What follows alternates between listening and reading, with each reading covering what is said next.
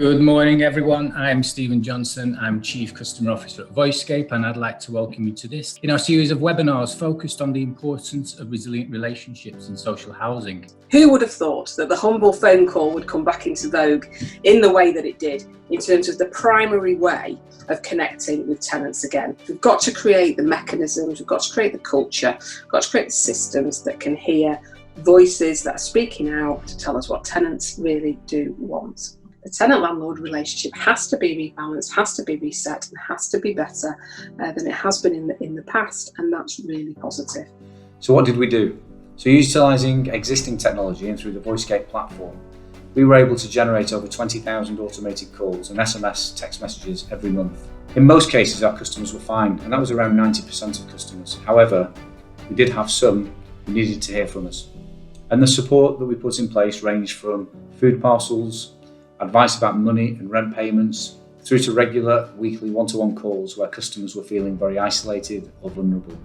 So the conversation conversion rate, that's 43%, so that is the highest it's ever been, and we're really pleased with that number, and it just shows that customers are wanting to speak to us as well. We've seen a reduction in our rent arrears since April. So the outcome of all our extra work and our contact is that we are reducing our arrears as a business, but we're also supporting our customers more.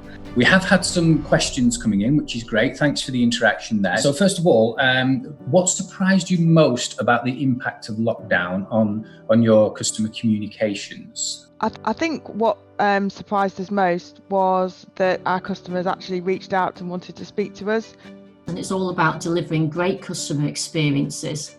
We want our customers to be fans of 13, ranting and raving for all the right reasons. We've actually been doing a piece of work with Voicescape around behavioural science, and we've realised that we spend far too much time on low-level debt when actually a nudge, perhaps a text, a different way of automating that low-level intervention could free up time for our colleagues to really make a difference where it's most needed. We know that if we put the right interventions in place, we'll maximise the support for our customers will stay longer and they'll sustain their tenancies.